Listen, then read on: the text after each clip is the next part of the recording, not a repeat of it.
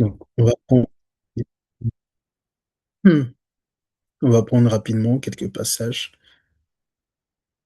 Alors, je vais vous partager mon écran.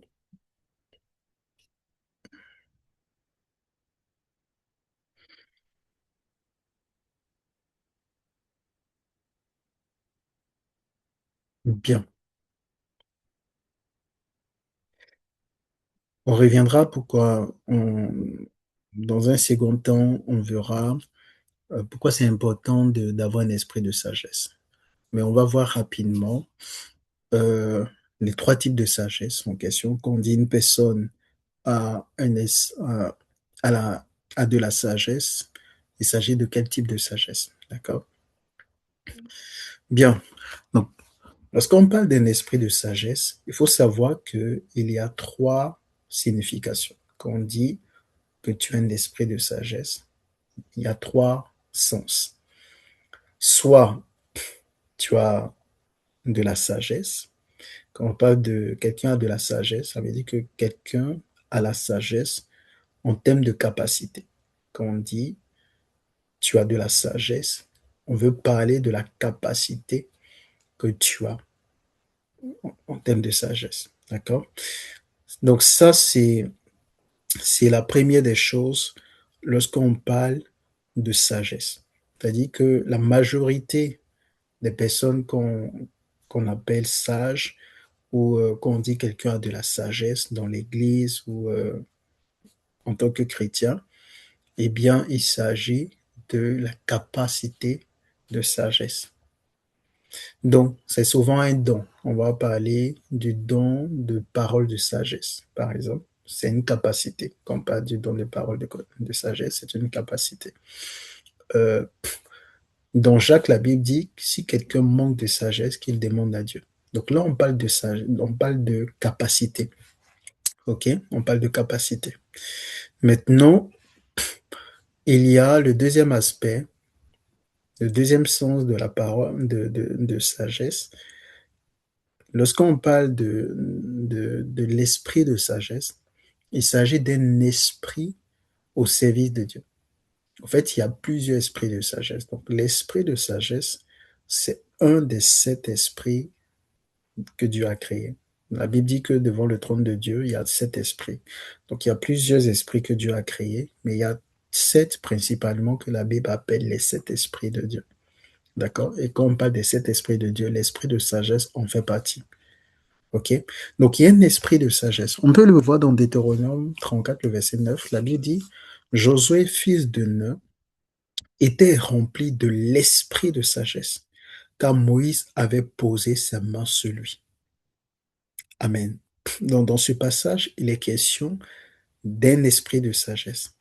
Et pour voir la différence entre l'esprit de sagesse et le Saint-Esprit, il est esprit de sagesse. Le Saint-Esprit, il est tout. Il est esprit de joie, esprit de vie, esprit de sagesse. Il faut distinguer le Saint-Esprit en tant qu'esprit de sagesse, c'est-à-dire qui est la source de la sagesse, et l'esprit de sagesse. D'accord? Dans, dans Nom 11, le verset 17, il est écrit, je descendrai et là je te parlerai. Je prendrai de l'esprit qui est sur toi et je le mettrai sur eux, afin qu'ils portent avec toi la charge du peuple et que tu ne la portes pas à toi seul. Donc sur Moïse, il y avait un esprit qui reposait sur Moïse. C'est cet esprit qui conférait à Moïse les capacités qu'il avait. On peut le voir dans Nombre 11 à partir du verset 25 jusqu'au verset 26. La Bible dit ceci, l'Éternel descendit dans la nuée et parla à Moïse. Il prit de l'esprit qui était sur lui. Vous voyez, donc il y avait un esprit qui était sur Moïse. Et le mit sur 70 anciens. Et dès que l'esprit reposa sur eux, ils prophétisaient. Donc, des personnes qui arrivent souvent à prophétiser, accomplir des miracles, à, à guérir les malades, c'est parce qu'il y a un esprit qui repose sur eux. Et on peut le voir avec Jésus, notre modèle dans le Nouveau Testament. La Bible dit à son sujet, il a dit, sur moi, l'esprit de repos, l'esprit de l'Éternel repose sur moi, parce qu'il m'a oint pour. et il va énumérer tout ce qu'il doit faire. Donc tout ce que l'esprit qui est sur lui lui permet de faire. Et dans Ésaïe chapitre 11, on dit sur lui reposera l'esprit de l'Éternel et on parle de esprit de sagesse, esprit de force, etc. Mais dans une autre version, il est écrit sur lui reposera l'esprit de l'Éternel qui va lui conférer la capacité de sagesse, la capacité d'intelligence, la capacité de révélation, etc. Et je pense que c'est la meilleure traduction parce que on prend ce qui s'est passé avec Jésus et même avec les apôtres, c'est exactement ça. Parce que Jésus dit aux apôtres, le Saint-Esprit surviendra sur vous et vous recevrez une puissance. En d'autres termes, le Saint-Esprit viendra reposer sur vous et lorsqu'il va descendre sur vous, il va vous conférer une capacité, une puissance. Vous allez recevoir une puissance de sa part. Vous voyez? Donc, le Saint-Esprit vient sur les apôtres et il donne aux apôtres de la puissance. Donc, c'est une capacité, un pouvoir. Amen. Est-ce qu'on est ensemble? Amen, amen. Donc, l'esprit de sagesse reposait sur Moïse. Et cet esprit, c'est cet esprit qui distinguait Moïse. Généralement, à une certaine dimension, dans notre relation avec le Seigneur, Dieu envoie un esprit reposer sur nous. Le Saint-Esprit habite en nous, c'est vrai. Mais en plus du Saint-Esprit, le Seigneur peut faire reposer particulièrement sur nous un esprit pour accomplir des actions précises. C'est pourquoi dans 1 Jean, la Bible dit éprouvez tout esprit pour savoir s'il vient de Dieu. Et la Bible déclare ceci, vous reconnaissez à ceci l'esprit de Dieu. Donc derrière le vocable Saint-Esprit, souvent se cachent des esprits qui sont au service de Dieu. On dit souvent le Saint-Esprit, mais dans le discernement des esprits, c'est pas toujours le Saint-Esprit qui se manifeste. Ça peut être des anges ou des esprits au service de Dieu. Est-ce qu'on est ensemble? C'est pourquoi il est important, on parlera peut-être de ça, comment discerner les atmosphères prophétiques. La plupart du temps, lorsqu'on prie ou dans nos assemblées, c'est pas le Saint-Esprit lui-même qui est à l'œuvre. Souvent, ce sont des anges ou des esprits au service de Dieu qui sont à l'œuvre. C'est pourquoi les gens tombent beaucoup, il y a beaucoup de trucs, mais il n'y a pas de changement. Amen, amen. Est-ce qu'on est ensemble? Amen. Donc, ce qu'il faut retenir, c'est que le, lorsqu'on parle d'esprit de sagesse, c'est soit Dieu qui nous donne la capacité, en tant que sagesse, en tant que capacité, en termes de capacité, soit il fait reposer un esprit de sagesse sur nous. Et cet esprit de sagesse, tant qu'il repose sur nous, eh bien, dans son expression, dans sa manifestation, eh bien, les gens trouvent chez nous de la sagesse. Donc, ça veut dire qu'une capacité qu'on n'a pas du jour au lendemain, on découvre chez nous de la sagesse. C'était le cas de Jésus. Tout le monde connaissait Jésus comme le fils de Joseph, il était charpentier. Du jour au lendemain, les gens disent, mais d'où lui vient cette sagesse? Parce que quand Jésus était plus petit, c'est vrai, il avait une capacité de sagesse. On dit l'enfant Jésus croissait en statut, mais aussi en sagesse devant Dieu et devant les hommes. Donc Jésus grandissait en sagesse. La capacité de sagesse augmentait. Mais jusque-là, Jésus ne faisait pas de merveilles en Israël. C'était pas aussi extraordinaire que ça. Il passait, bon, tout le monde le connaissait. Si les gens disent d'où lui vient cette sagesse, donc ça veut dire que pendant un moment, il les a pas impressionnés par sa sagesse. S'il les avait impressionnés par sa sagesse, les gens n'avaient pas lui dit, mais n'allaient pas dire d'où lui vient au fait cette sagesse. Donc peut-être quand il était plus jeune, on trouvait qu'il était intelligent. Ça arrive, on voit des enfants, souvent à 8 ans, à 10 ans, quand ils s'expriment, quand ils disent des choses, on dit, ah, cet enfant-là, il est sage, il est intelligent. Mais quand il grandit, ça peut être un enfant qui n'émerveille personne.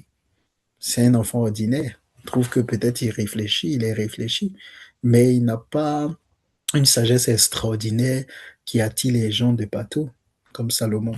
Vous voyez. Donc, c'était le cas de Jésus. Jésus avait une sagesse naturelle. C'est ce que je parle de capacité de sagesse. Il était réfléchi quand il grandissait. Mais à un moment donné, lorsqu'il va se baptiser, il va finir son jeûne, le Saint-Esprit vient sur lui Et là, ça change tout. Jésus reçoit plus que la sagesse en termes de capacité. D'autres vont parler en ce moment de manteau, etc.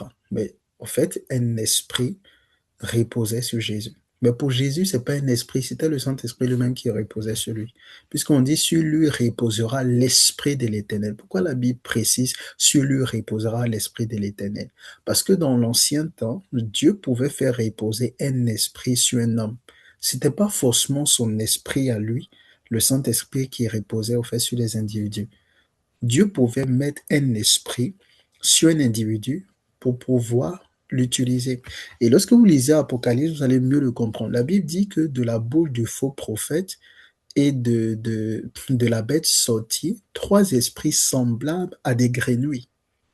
Donc ces esprits-là étaient dans ces faux prophètes, dans ce faux prophète et dans la bête, donc l'antéchrist, et c'est ces esprits qui conféraient à l'antéchrist et aux faux prophètes les capacités qu'ils avaient. C'était ces esprits qui agissaient en eux. Donc, ça n'a pas changé. Depuis la nuit des temps, des esprits possèdent des hommes pour les utiliser. Donc, Dieu faisait reposer des esprits à son service sur des individus pour les utiliser. Mais ce n'était pas forcément le Saint-Esprit lui-même. Mais pour Jésus, c'était le Saint-Esprit lui-même. C'est pourquoi la Bible dit qu'il avait la plénitude de l'Esprit. Est-ce qu'on l'entend? Amen, amen. Amen. Donc, il y a une dimension de relation avec Dieu où tu ne reçois pas seulement la sagesse en termes de capacité, mais il y a un esprit de sagesse qui repose sur toi. Et en ce moment, c'est là que tu deviens extraordinaire. C'est là que les gens disent, ah, mais franchement, ce gars-là, on l'a connu ici, mais maintenant, c'est un autre level. Ce n'est plus celui qu'on connaissait. Tout le monde constate un changement. Mais tu peux avoir des gens qui sont sages, des gens qui sont posés, mais qui c'est pas une sagesse quand même extraordinaire. C'est quoi la Bible dit dans Daniel chapitre 20, à partir du verset 21? Dieu donne la sagesse aux sages. Comment un sage va encore avoir de la sagesse? C'est là on comprend au fait cette révélation. Est-ce qu'on peut le lire ensemble? Amen. Prenons Daniel chapitre 20.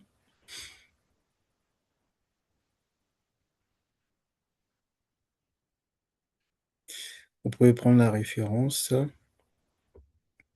Daniel, Daniel 20 à partir du verset 21.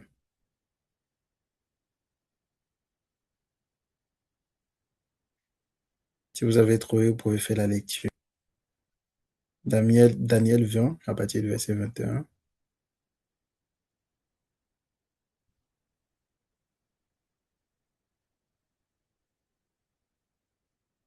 Pardon, Daniel 2 à partir du verset 21, excusez-moi.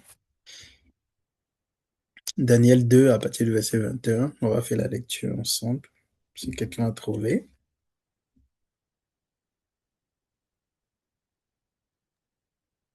Daniel 2, À partir à du partir verset 21, oui. de- c'est lui qui change les temps et les circonstances, qui Mhm. renverse et qui établit les rois, qui donne la sagesse aux sages et la science à ceux qui ont de l'intelligence. Et Amen. le- Il fait quoi? Amen. Dieu fait quoi? Il donne la quoi? Et donne la sagesse aux sages. Ah, le sage. Est-ce qu'on doit lui donner encore sagesse? C'est bizarre. Non? Bien ça, donne sagesse à toi. Ah, Ah, donc, quand on parle du sage, c'est un homme qui a la sagesse en termes de capacité. Ça, c'est le propre de tous les hommes. C'est le propre de tous les chrétiens. En tant qu'enfant de Dieu, on reçoit généralement tous la capacité de sagesse.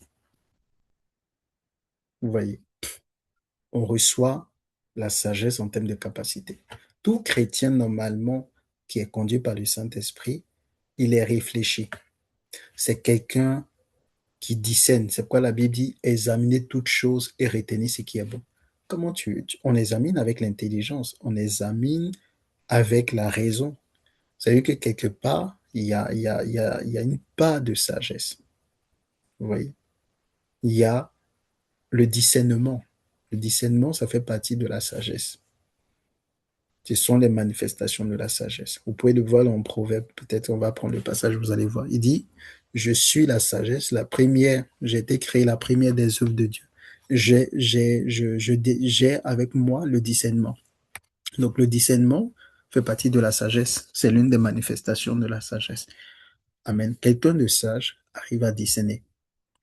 Donc, humainement, les sages, quand on dit quelqu'un est sage, il a quand même une capacité.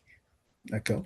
Il arrive dans une situation, dans un contexte, il arrive à s'en sortir, comme Gamaliel, quand Paul était accusé devant, les apôtres étaient accusés devant le Saint-Esprit. Il a donné une parole de sagesse. On le considérait comme quelqu'un de sage. Ça, c'est une sagesse, c'est une capacité. Mais il y a également l'esprit de sagesse. Et c'est cet esprit que Dieu a fait reposer sur Salomon. Donc, il y a sagesse et puis il y a sagesse. Donc, quand on dit quelqu'un a un esprit de sagesse, c'est soit tu as reçu la sagesse en termes de capacité, soit Dieu a fait reposer sur toi un esprit de sagesse. Ça, généralement, c'est ce qu'on connaît dans le corps de Christ. Mais, comme pas d'esprit de sagesse, assois-toi bien, comme pas d'esprit de sagesse, c'est aussi ton propre esprit humain que Dieu initie à la sagesse. C'est le principe de la sorcellerie. Pourquoi dans l'ancien temps, Dieu ordonnait que on mette à mort les sorciers? Parce que la sorcellerie, ce n'est pas un esprit qui vient habiter en toi. La sorcellerie, c'est ton esprit qui est configuré et c'est au niveau de ton esprit. Me suivez? Quand on parle d'un sorcier, un sorcier, ce n'est pas que un démon le possède.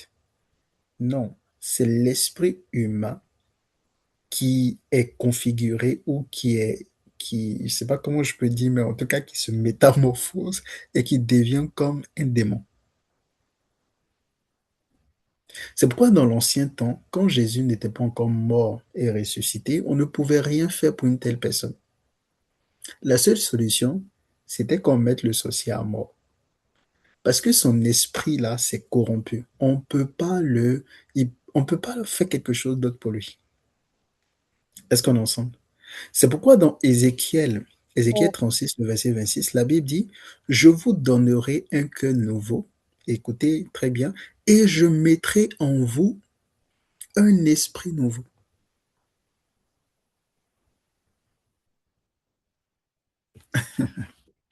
Parce que notre esprit s'est corrompu avec le péché. Donc avant, on ne pouvait rien faire. La nouvelle naissance intervient avec Jésus. Avant Jésus, il n'y avait pas de nouvelle naissance. Donc quelqu'un qui devenait sorcier, on ne peut plus rien faire pour lui. Amen, amen. Mais aujourd'hui, le sorcier, s'il accepte Jésus en tant que Seigneur et Sauveur, son esprit est régénéré. Il reçoit un nouvel esprit de la part du Seigneur. Dans son esprit qui s'était corrompu là, on peut encore faire quelque chose pour lui. Est-ce qu'on en sent? Donc, lorsque on parle d'un esprit de sagesse, il faut savoir que Dieu a la capacité de toujours régénérer notre esprit. La régénération de notre esprit ne se fait pas seulement à la nouvelle naissance. Quand on accepte Jésus en tant que Seigneur et Sauveur, notre esprit est régénéré. Et la Bible dit qu'on reçoit un nouvel esprit. Ce nouvel esprit qu'on reçoit, c'est ce qu'on appelle encore la régénération de notre esprit. OK? D'autres vont parler de nouvelle naissance quand Jésus a dit celui qui n'est né d'eau et d'esprit ne peut entrer dans le royaume de Dieu. Et Nicodème a dit, mais comment un homme qui est vieux peut encore entrer dans le sein de sa mère et naître? Jésus ne parlait pas d'une naissance physique, il parlait au niveau de l'esprit. D'accord? Et ça, on le comprend mieux avec la promesse d'Ézéchiel 36, le verset 26. Et plus tard, Pierre va reprendre dans 1 Pierre 1, le verset 23, en disant, puisque vous avez été régénérés, non pas par la sémence corruptible, mais par une sémence incorruptible, par la parole vivante et permanente de Dieu. Ton corps n'a pas changé. Donc, qu'est-ce qui a été régénéré en toi? Ce n'est pas ton corps. Ton âme, tu as encore tes émotions. Donc, il ne s'agit pas ici du corps ni de l'âme, il s'agit de l'esprit. Lorsqu'on parle de nous avons été régénérés par la parole vivante et permanente de Dieu. Amen, amen. Donc, généralement, on se dit, notre esprit a été régénéré une bonne fois pour toutes. Bah, c'est fini. Eh bien, je t'annonce ce soir que non. Dieu a la capacité de toujours régénérer ton esprit par rapport à ce qu'il veut faire avec toi. Amen. Amen.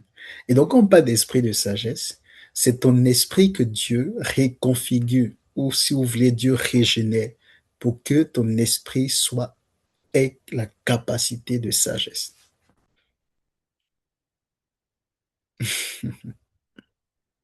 C'est pourquoi la Bible dit que le second, le premier Adam, était quoi? Une âme vivante, n'est-ce pas? Mais le second Adam est un esprit vivifiant. Et nous, nous sommes de la race de Christ. Quand on dit un esprit vivifiant, c'est quoi? Ah, on va chercher. C'est ton exercice. Demande au Saint-Esprit de te donner la révélation. Donc, nous, en Christ, nous sommes un esprit vivifiant. Nous ne sommes plus de la race d'Adam, qui est une âme vivante. Ceux qui n'ont pas Christ sont considérés comme des âmes vivantes de la race d'Adam. Mais nous sommes un esprit vivifiant. D'accord? Donc, un esprit vivifiant. Cet esprit vivifiant a la capacité de se régénérer au fur et à mesure. Donc, notre esprit est en construction. C'est pourquoi la Bible dit que nous édifiez-vous mutuellement. Nous sommes l'édifice de Christ. Qu'est-ce qui est édifié? C'est notre esprit, notre homme intérieur. Amen, amen. Notre homme intérieur est en construction. Notre homme intérieur doit croître jusqu'à atteindre la statue parfaite de Christ. Quand on parle d'atteindre la statue parfaite de Christ, il s'agit de l'homme intérieur. Il s'agit principalement de l'esprit. Amen. L'homme intérieur, contrairement à ce qu'on pense, euh, j'ai découvert par l'esprit que quand on parle de l'homme intérieur, ça englobe le cœur. Le cœur fait partie aussi de l'homme intérieur. L'homme intérieur, une fois je vous parlerai du cœur, parce que le cœur, c'est le cerveau de notre esprit. On peut avancer, ce n'est pas l'objet d'aujourd'hui. Je pense qu'on aura l'occasion. Mais ce qu'il faut retenir, c'est que l'esprit de sagesse, c'est soit tu reçois de Dieu la capacité de sagesse, soit Dieu fait reposer sur toi un esprit de sagesse qui se manifeste au travers de toi. Donc la capacité de cet esprit devient ta capacité, ça se manifeste au travers de toi. Donc à ce niveau, au fait, ta sagesse surpasse au fait la sagesse de ceux qui ont simplement la sagesse en tant que capacité. Donc tu deviens un homme un peu extraordinaire. Mais quand ton esprit devient esprit de sagesse, ça, c'est vraiment une autre dimension. Amen. Amen. Est-ce qu'on est ensemble? Et juste pour te donner une preuve publique, la Bible Amen. dit que nous qui sommes unis à Christ, nous sommes d'avec lui un même esprit. Le Saint-Esprit, il est quoi? Il est esprit de sagesse. Donc, si ton esprit, tu as un avec le Saint-Esprit, il s'agit de quoi?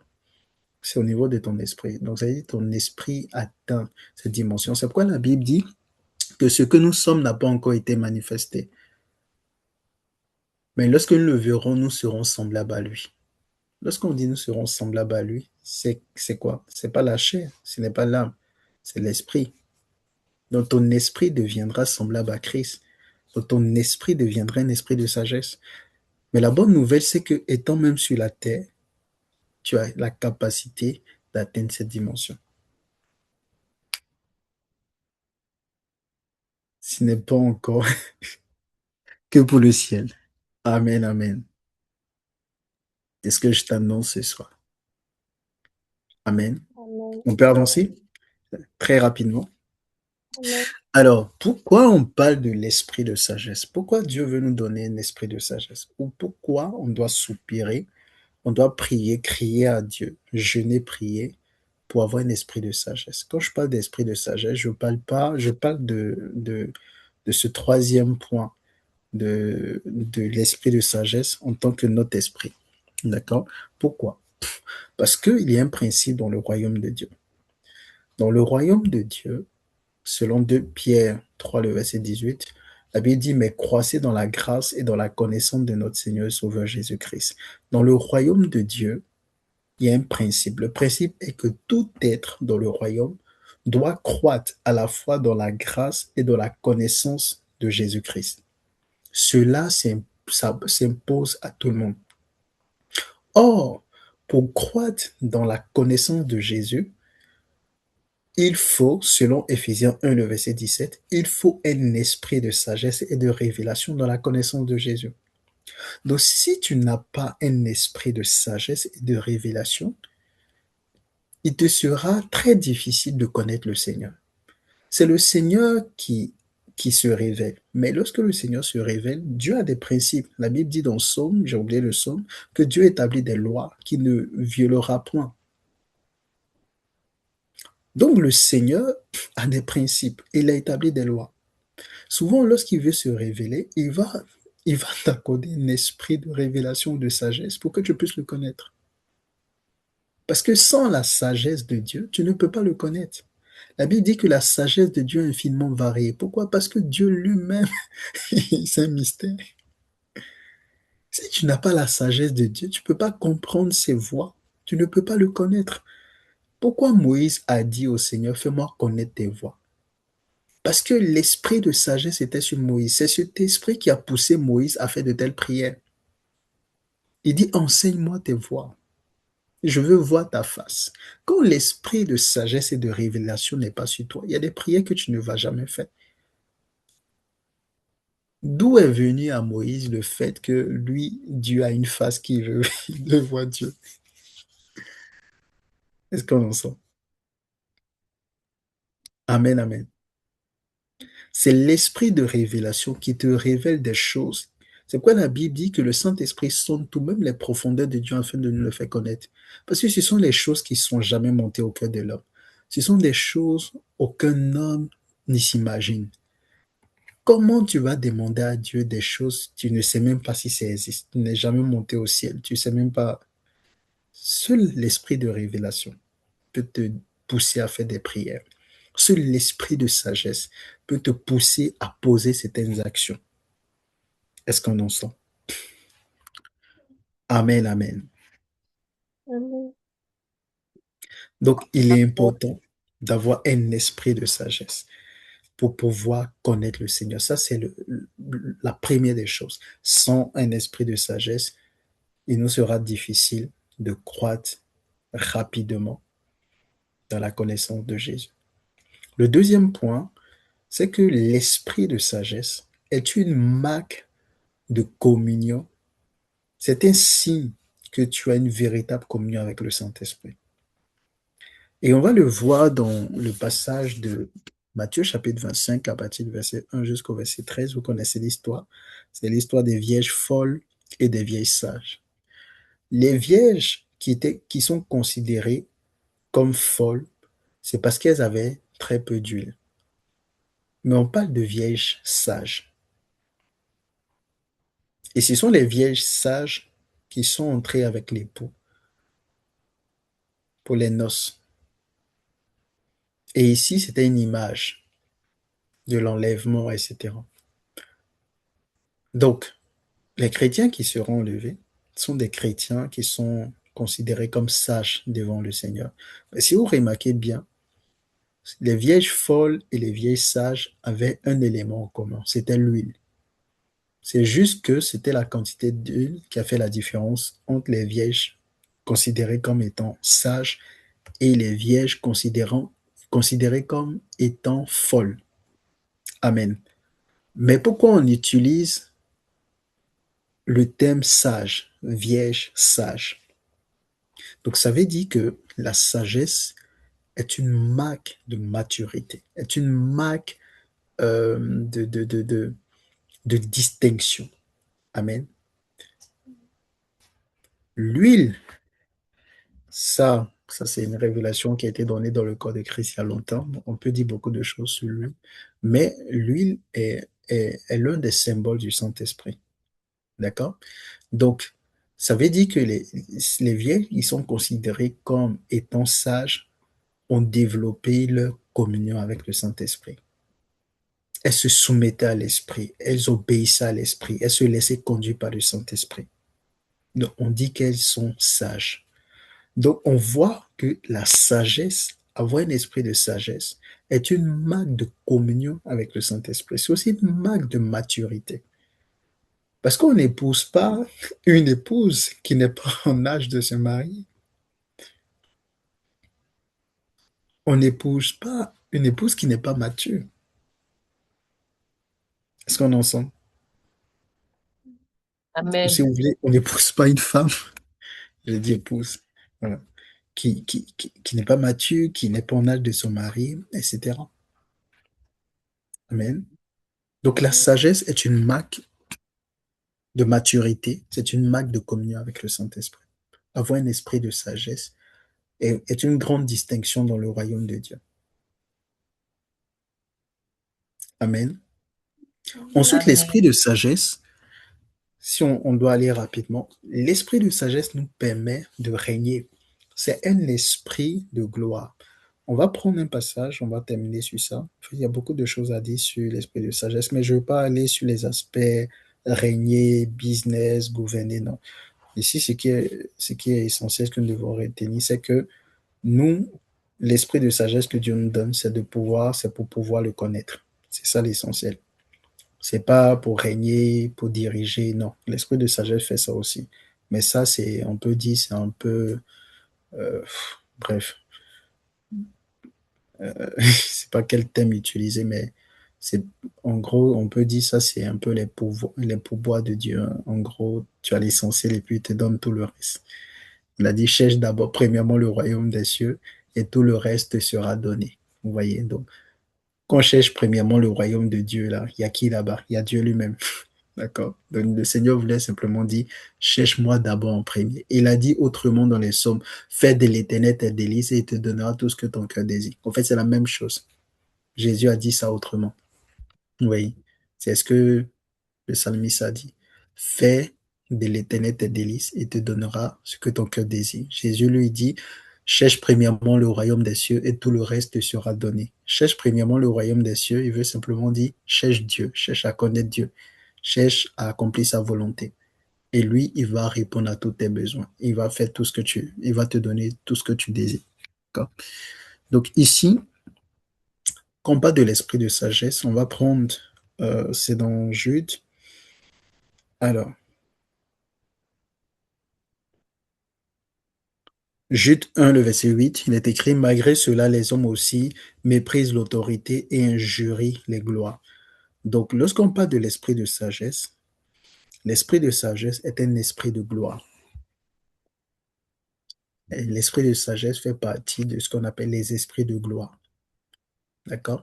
Donc, lorsqu'on sera sur la série sur les invisibles, je parlerai des catégories d'esprits.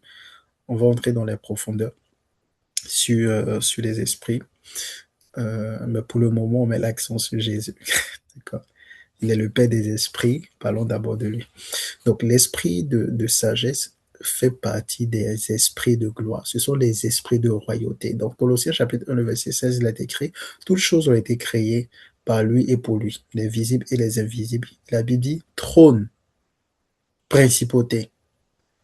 Ah, s'il y a des trônes, c'est qu'il y a des esprits qui sont assis sur des trônes. On le voit même autour de Dieu avec les 24 vieillards qui sont assis sur des trônes. Donc, il y a des esprits de royauté. On les appelle les gloires. Quand on parle de gloire, c'est en lien avec la royauté, ceux qui dominent, ceux qui règnent. D'accord? Donc, l'esprit de sagesse est un esprit de règne qui gouverne. Et comment on le sait? Eh bien, on le sait par Proverbe. La Bible dit dans Proverbe 8, le verset 12 jusqu'au verset 29, je vais prendre des extraits. Moi, la sagesse, j'ai pour demeure le discernement et je possède la science et la réflexion. L'Éternel m'a créé la première de ses œuvres avant ses œuvres les plus anciennes.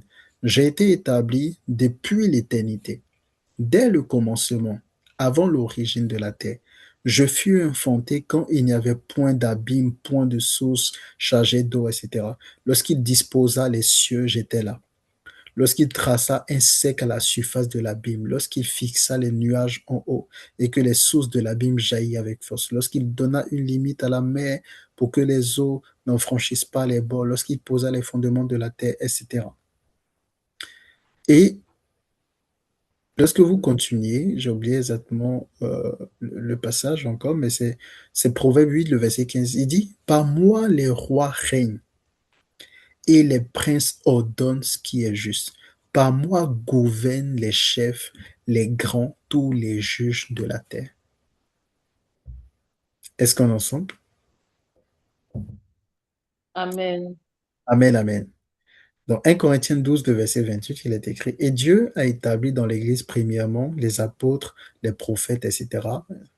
euh, Puis ceux qui ont les dons de guérir, de secourir, de gouverner. OK? Pourquoi? Parce que, au fait, ces choses existent dans les invisibles. Tout ce que nous voyons sur la terre, ce n'est que le reflet des invisibles. Donc, si sur la terre, Dieu donne à certains le don de gouverner, c'est parce que dans les cieux, il y a des entités, il y a des êtres que Dieu a établis pour gouverner. Et il y a beaucoup de passages comme ça qui en parlent. Donc, il y a les gloires. L'esprit de sagesse est un esprit qui fait partie de ce qu'on appelle la catégorie des esprits qu'on appelle les gloires. D'accord? Il y a les principautés, c'est une catégorie d'esprit. Principauté, ce n'est pas le nom d'un esprit. D'accord? C'est ce qu'on appelle les familles spirituelles. On en parlera. Il y a la famille des principautés. La Bible dit dans Hébreu, c'est de lui que dépendent les familles des cieux et de la terre. Donc, au ciel, il y a des familles. D'accord? Il y a les chérubins et consorts. Ce n'est pas des types d'anges. En fait, c'est une famille spirituelle. Euh, donc, les principautés, c'est une famille spirituelle. Les gloires, c'est une famille, c'est une catégorie d'esprit qu'on appelle les gloires. Et l'esprit de sagesse fait partie, au fait, de cette catégorie d'esprit. Ce sont des esprits de royauté, des esprits qui gouvernent. D'accord? Donc, quand tu as un esprit de sagesse, Dieu te permet, te prépare au règne avec Christ. La Bible dit que si nous souffrons avec lui, nous allons aussi régner avec lui. Amen. Donc, pour te préparer à la royauté avec Christ, il te faut un esprit de sagesse. Est-ce qu'on est ensemble? Amen. Amen, amen. Est-ce que tu veux régner avec Christ ou pas? Amen. On veut Tu tous veux régner régner. dans l'éternité avec Christ, tu as besoin d'un esprit de Amen. sagesse. Parce qu'on Amen. règne par la sagesse. On Amen. gouverne par la sagesse. Et donc, Dieu te prépare à ton règne.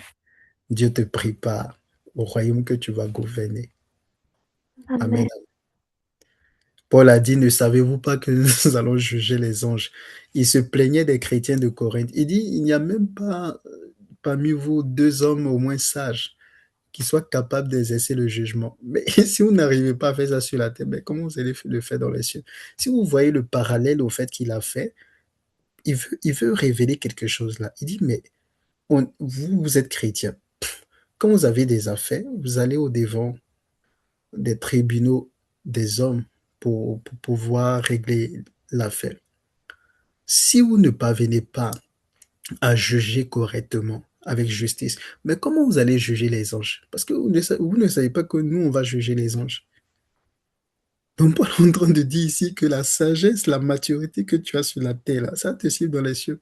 S'il se plaignait de ces chrétiens, il dit, mais si vous n'êtes pas capable d'exercer la justice ici, comment vous allez juger les anges? C'est ce que Paul veut dire, au fait. Comprenez que notre vie chrétienne, là, ça nous suit dans l'éternité. Et c'est là qu'au fait, il y a le piège et que la révélation est importante. Parce que pour beaucoup de chrétiens, ils se disent, je fais juste le strict minimum pour être sauvé, pour arriver au ciel. Et au ciel, ben, je sais tout. Non. Si Dieu dit de travailler à notre salut, de faire tout pour grandir, pour croître dans sa connaissance, c'est parce que tu vas passer l'éternité avec lui. Et cette croissance va te suivre. Dans beaucoup de témoignages, dans des témoignages que j'ai entendus, ceux qui n'ont pas fait des progrès sur la terre, quand ils sont arrivés au ciel, ils avaient du mal. Ils pouvaient même pas s'approcher du trône de Dieu parce qu'il y avait tellement de lumière et au fait, ils n'avaient pas atteint au fait un niveau de gloire, de lumière pour, pour, pour pouvoir au fait être dans une certaine présence de Dieu. Parce qu'il y a ce qu'on appelle le poids de la gloire. Pour quelqu'un qui a été longtemps dans le noir, si la personne sort tout d'un coup, on met la lumière forte, vous allez voir que vous allez avoir du mal. Même quand vous dormez le matin et puis quelqu'un allume la lumière comme ça, ou bien une lumière vive, ça vous fait mal aux yeux. Donc, sur le plan spirituel, quand ton esprit n'a pas atteint une certaine dimension de gloire, de lumière, et je vous ai expliqué que la gloire est rattachée à la lumière lorsqu'on a parlé de la série sur la lumière, eh bien, tu ne peux pas supporter une certaine présence de Dieu. Vous voyez? Donc, notre progrès spirituel étant sur la terre va nous suivre dans l'éternité. Si tu es au point A, quand tu quittes la terre pour le ciel, tu es au point A. C'est pas par magie, magie, et puis tu es au point, je sais pas, Z. Non, c'est pas comme ça. C'est pour ça qu'il est important de prier pour croître et pour chercher Dieu à grandir dans la connaissance de Jésus. Parce que cette connaissance va nous suivre dans l'éternité. Donc, beaucoup de choses que Dieu nous enseigne par révélation, c'est pas juste quelque chose d'abstrait. C'est abstrait pour ceux qui ne savent pas. Et c'est ce que Paul a dit. Il a dit ce que nous prêchons, c'est une sagesse. Mais ça paraît une folie pour ceux qui ne connaissent pas Dieu. Ça paraît une folie pour des chrétiens qui n'ont pas la révélation. Ça paraît abstrait pour des hommes qui n'ont pas la révélation. Parce que pour eux, ce qui compte, c'est que le terrestre. Qu'être guéri, manger, boire. Quand Jésus accomplissait les miracles, c'était pour ceux qui n'étaient pas ses disciples. Ceux qui mangeaient, qui buvaient. Ils disaient, oh, quel miracle tu veux encore nous montrer? Mais pour ceux qui étaient ses intimes, il les enseignait le royaume après sa mort et sa résurrection. Il les enseignait les mystères du royaume. La Bible dit pendant 40 jours, il les instruit sur le royaume. Mais les autres ne ont vu que les miracles. Oui. Parce que pour plusieurs, ce qui compte, c'est le matériel, les miracles. Mais il y a plus que le miracle. Amen, amen. C'est quoi la Bible dit? Aspirer aux choses dans là où Christ est assis. Aujourd'hui, est-ce que tu pries suffisamment pour que le Seigneur te révèle la vie au ciel? Comment tu vas vivre? La plupart de nos prières, ça se limite à la terre. On oublie qu'on va passer, on va vivre dans l'éternité. On ne prie même pas pour préparer notre place là-bas. Une fois, j'étais en prière et l'Esprit m'a enseigné. Il dit, est-ce que tu as déjà prié pour le lieu où tu vas habiter au ciel? J'étais choqué. Ce sont des prières qui sont jamais montées dans le cœur de l'homme. Ce sont des prières que je n'ai jamais entendues dans une assemblée. On dit, on va prier pour tel truc, pour que ma maison soit positionnée à côté du trône ou bien pour que ceci, cela. Parce qu'on se limite à la terre. Même si on a trop vécu, peut-être 100 ans. Ce soir, on va prier pour clôturer. Tu vas dire au Seigneur, parce qu'il a permis que tu entendes ce message, qu'il fasse en sorte que tu aies un esprit de sagesse, afin de pouvoir le connaître. Que dans l'éternité, tu sois suffisamment proche de lui. Amen, amen. Cet enseignement n'est pas un enseignement pour la terre. C'est pas un enseignement pour notre vie au quotidien sur la terre. C'est un enseignement pour ce que tu veux être dans l'éternité. Quand tu as un objectif, il ne faudrait pas que ton objectif soit seulement terrestre. Ça doit pas être un objectif comme les gens le font. Ce que je veux être dans 5 ans, dans 10 ans. Ça, moi, j'appelle pas ça objectif. Ça, c'est le plan, c'est une planification terrestre. Un objectif c'est ce que tu veux être à la fois sur la terre et dans les cieux. C'est ça on dit un objectif. Parce que tu comprends que tu es un être qui vit dans l'éternité. Donc tu ne peux pas établir un objectif juste pour 10 ans, pour 15 ans. L'objectif, c'est ce que tu veux être dans l'éternité. Je veux être ci. Et donc, comment je fais pour y arriver? Et tu construis un plan de vie par l'esprit. Sinon, tu construis un plan terrestre. Quand tu meurs, ça s'arrête. Et dans l'éternité, tu es dessus. Parce que ton objectif n'était pas un objectif qui prend en compte la terre et les cieux. C'était juste un objectif pour la terre. Et c'est comme ça que beaucoup établissent leurs objectifs. Tu vas prendre leur vie, je veux être ci. Et c'est que ça. Amen. En Amen. fonction de ton objectif, il y a des enseignements que tu dois entendre. Parce que ton objectif doit être à la fois terrestre et céleste. C'est pourquoi ce soir, tu vas faire cette prière. Peut-être aujourd'hui, tu ne sais pas, ça l'aide de rien. Mais demain, quand tu seras dans l'éternité, tu vas bénir le Seigneur. Tu vas dire, Seigneur, merci d'avoir fait cette prière. Parce que la Bible dit demandez et vous recevrez. La Bible dit aspirez aux dons les meilleurs. Ce qu'un homme aura semé, il le moissonnera. Pour toutes les prières que tu fais, elles ne sont pas vaines. Il y a d'autres que tu moissonnes à un certain temps. Alors on va prier. Tu vas dire, Seigneur, donne-moi un esprit de sagesse pour que je puisse connaître Jésus. Que cet esprit me conduise dans tes voies cachées. Que cet esprit m'ouvre, Seigneur, l'esprit par rapport à ton cœur, à des choses que tu as cachées.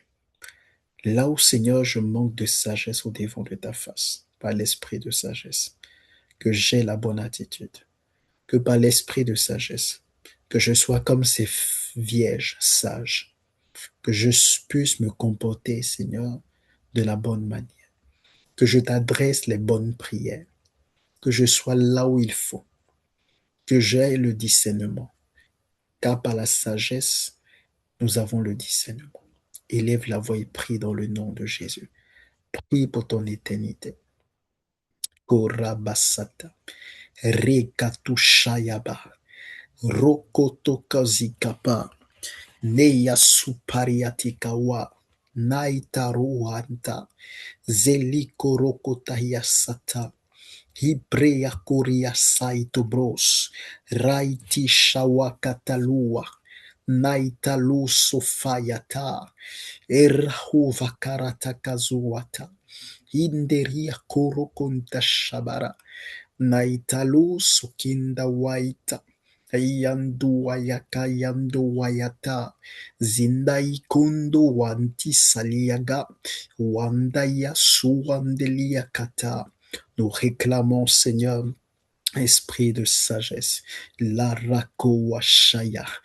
Seigneur, nous demandons la sagesse, non pas en termes de capacité, non pas un esprit de sagesse, Seigneur, comme tu l'as fait, Seigneur, pour Moïse. Oh non, Seigneur, nous voulons que l'esprit que tu nous as donné, ce nouvel esprit, devienne un esprit de sagesse. Que Père, notre esprit soit régénéré et devienne un esprit de sagesse par notre union avec le Seigneur Jésus, selon qu'il est écrit que ceux qui s'attachent au Seigneur sont avec lui un seul esprit, parce que notre esprit est uni au Seigneur par le Saint-Esprit. Alors nous demandons à ce que notre esprit soit transformé à l'image et à la ressemblance du Saint-Esprit, à l'image et à la ressemblance de Jésus-Christ, que notre esprit devienne semblable à l'esprit de Christ, que notre esprit devienne un esprit de sagesse, que par cet esprit de sagesse,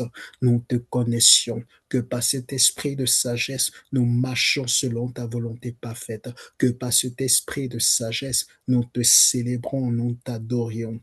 le nom de Jésus, que par l'esprit de sagesse, nous soyons semblables à Christ. Oh, que par l'esprit de sagesse, nous puissions connaître le Seigneur Jésus-Christ, l'aimer et lui obéir parfaitement, que par l'esprit de sagesse, nos vies soient complètement pour la gloire de Dieu. Alors ce soir, Père, nous prions afin que l'esprit de sagesse soit notre partage. Nous prions afin que l'esprit de sagesse soit notre vie, notre respiration, que l'esprit de sagesse devienne maintenant notre partage. Nous réclamons l'esprit de sagesse dans le nom de Jésus-Christ. Rakoshikapaya, Ipaluseketeria, Rapashayantopre, Rakatakaya, que nos vies soient transformées à partir de cette soirée, à partir de cette nuit. Il y a quelque chose qui se passe dans le nom de Jésus. Rakaya shukai do lost kin the wind santo Lord idile de boriata la gavaru sakaria taita marazuka paria sukerion do fayon to lost miri vahanta aigiria sukaparam iprosoketeria sumante ayashaka manta razakata rabashaya Rako suteria handaria kata logo vantus tipre ha ha ha shakata baria no sukiriba hondoria sutariande radabashayandarabashe rigado samanderi baha ibrazu kapara ia santu lidi bidikantu mighty santu lede behanta lagavantus tupre radabashaya Lagavantus te handa suketeria rabashaya takata dans le nom de Jésus rikato suketebe naita labashaya tabadadadaba igento suprea tatatatata usetelimaita Oh, la gavantos te prianayata kabalate. Oh, rapashakata labadea. Agia supraya talamashaya. Agato sende wind mediva hunta shaya. Ipahasiketelius te mediva hanta. Iprasata. Oh, béni sois-tu, Jésus, béni sois-tu, Père de gloire. À toi, ô Père céleste, l'honneur, la puissance, la louange. Toi qui accordes la sagesse, toi qui donnes la sagesse aux sages. Oh, lika parazatarabasha, legetoroboshayata, lagavato seteria, marabasata. Béni sois-tu, Adonai, le Dieu de toute grâce. Oh, Libashakatarabaha, dans ton amour, tu nous as donné ton Fils. Dans ton amour, Seigneur, tu nous as accordé ton esprit. Tu es le Dieu de toute grâce, toi qui donnes la grâce. Oh Seigneur, dans toute, Seigneur, Seigneur, ces composants, dans toutes, Seigneur, ces variations, dans toutes ces variantes. Père, merci, Seigneur, pour ta grâce. Merci pour la sagesse. Béni sois-tu à jamais. Toi, le Dieu de toute grâce. C'est avec action de grâce que nous avons prié. Au nom de Jésus-Christ. Amen. Amen. Gloire à Jésus. Amen, amen. Amen.